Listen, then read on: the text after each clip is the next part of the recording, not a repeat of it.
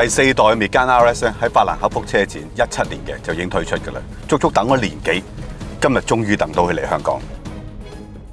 全新嘅1.8 Turbo engine， 新嘅4輪轉向，再加埋新嘅車殼，今年嘅殼係又多咗個選擇啦。所以而家即刻去試一試。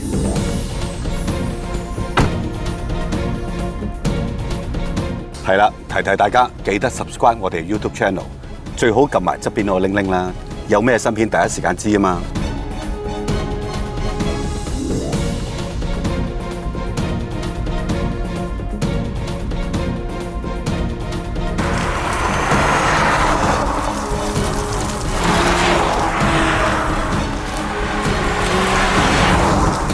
其實上代即係第3代 Megane RS 咧，我諗喺香港真係賣出嘅數量唔算好多，但係都喺一啲玩車嘅人之間係有啲話題嘅。咁當然佢本身真係有啲本事啦。咁另外就係早年嘅 Megane RS 真係賣得平㗎嘛。係，即係喺同年代嚟講，30幾萬好齊嘢喎。好齊料 ，Brembo brake 又 Recaro 燈，又5座位，基本上都齊得好緊要嘅。咁我諗同期講緊一部200匹嘅 GTI 都係30幾萬。係，但係你多咗一大截嘅power。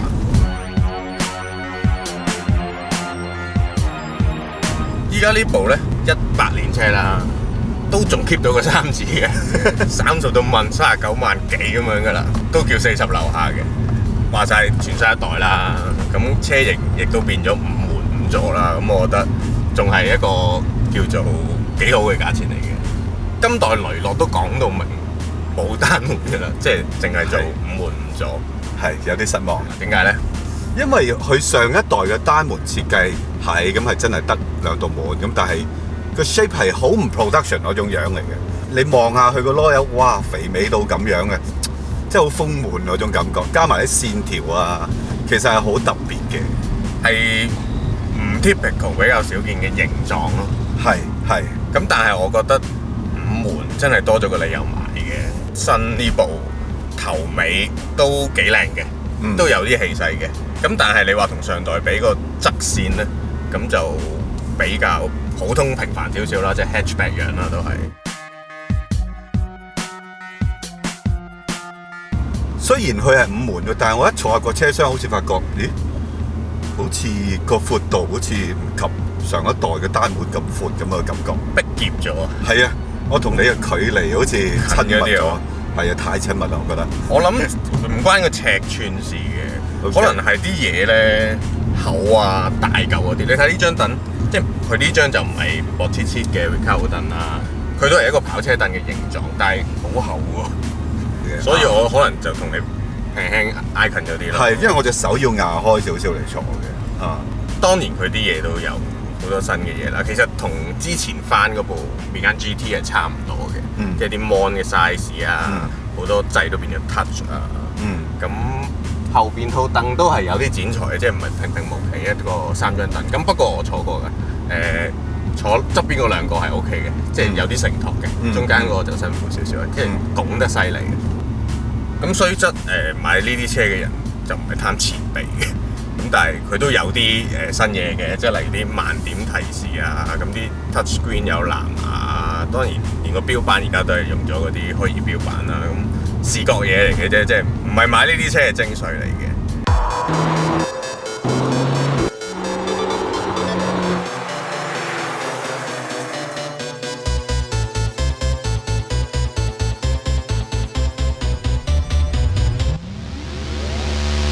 新一代嘅車咧，講佢有冇進步之前，你講下咩新嘢先啦。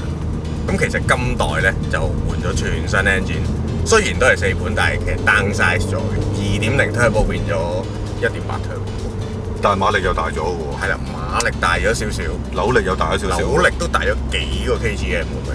副 engine 咧其實就輕過以前嘅，咁為咗嘅就係一啲減低油耗啦、emission 啦，咁亦都偷咗少少重量出嚟嘅。咁你又覺得轉咗1.8 turbo 呢副新 engine 有咩評價先？如果力量懷嚟講咧，我覺得就夠嘅。由265、275去到而家280，其實接近嘅。不過特性就要明顯有啲唔同啦。我覺得佢嗰個轉速上得好快嘅，即係而家 Turbo 引擎4氣缸普遍轉速都上得好快，都係快嘅。咁但係佢係屬於快之中再快啲嘅。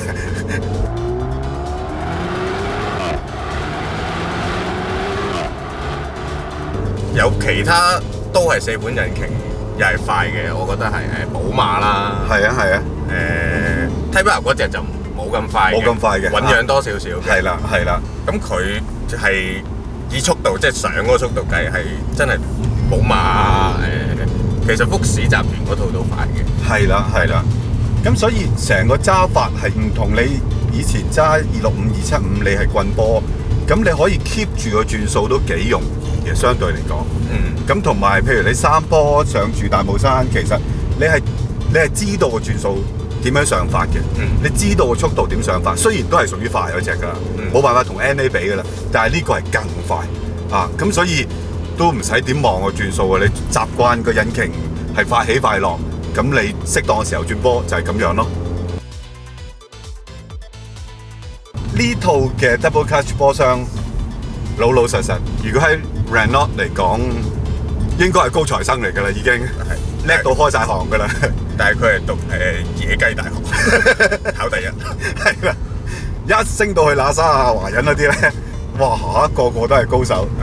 咁係進步咗嘅呢套波箱，但係我揸落嘅時候都仲係覺得未夠爽啊，唔夠狠啊。係啊，唔夠狠啊！即係就算你轉入去最勁嗰個 mode，其實都係覺得有時候啊跣地、拖地。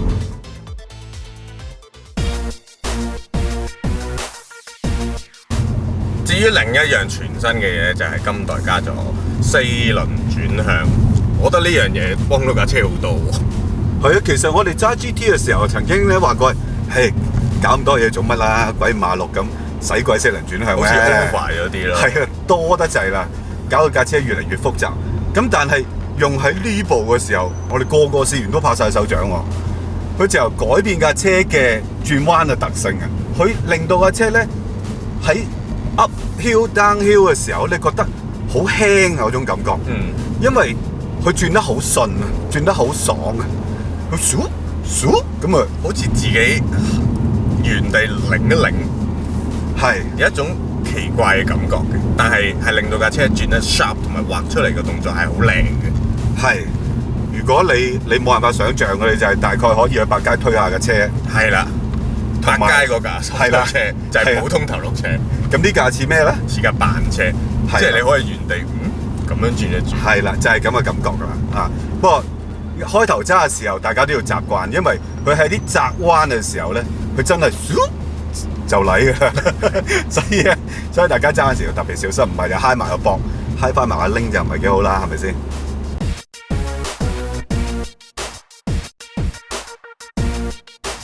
除咗4輪轉向，其實呢個新嘅底盤咧，我一揸嘅時候有一個好強烈嘅感覺，就係佢高級咗。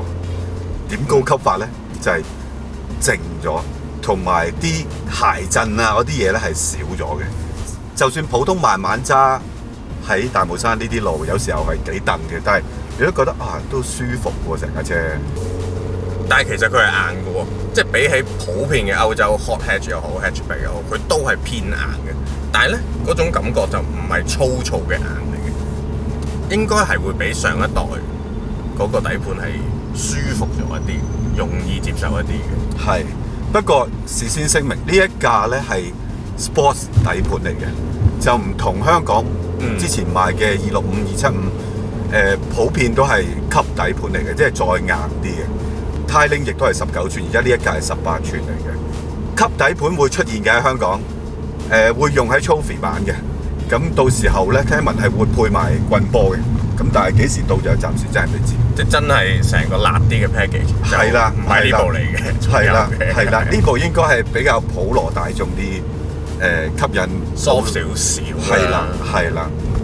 咁即係話其實，如果你想玩棍波，就要等另一部 Trophy 版。係，其實你問我自己揸開棍波嘅呢架自動波，其實係咪可以取代過往嗰啲棍波咧？個答案係 no 嘅 ，no 嘅。嗱，因為首先佢嘅自動波個反應，正如我哋啱所講，係未係配合到成架車嘅個性啦。二來揸棍波係另外一種嘅揸法嚟嘅，咁唔會取代到嘅，唔會取代到嘅。係棍波某程度會慢啲嘅，喺某啲時候會慢啲嘅。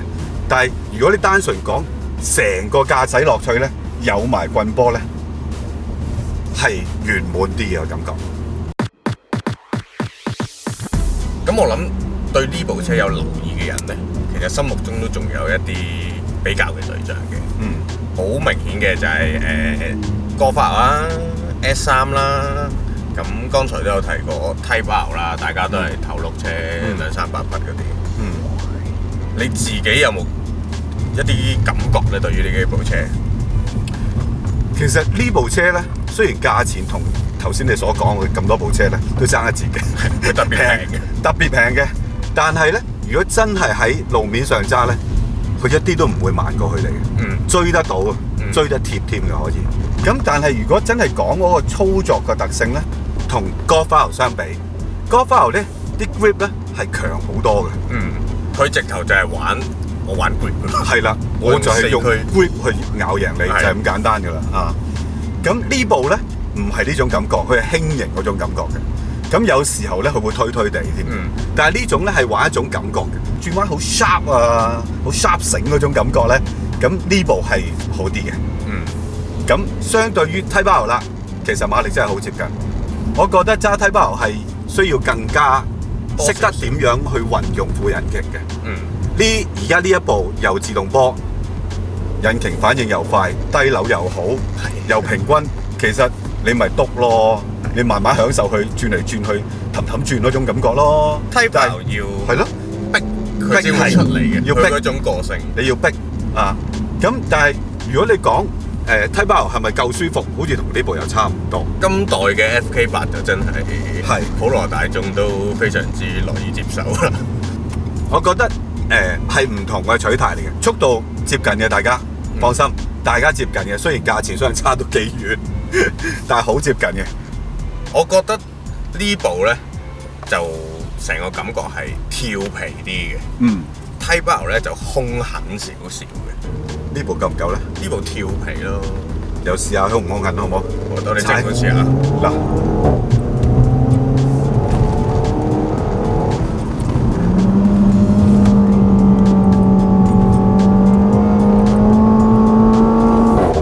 喂，你 subscribe 咗我哋 YouTube channel 未啊？有300幾條片㗎，每日睇一條都夠你睇成年㗎，記住 subscribe 啦，係嘛？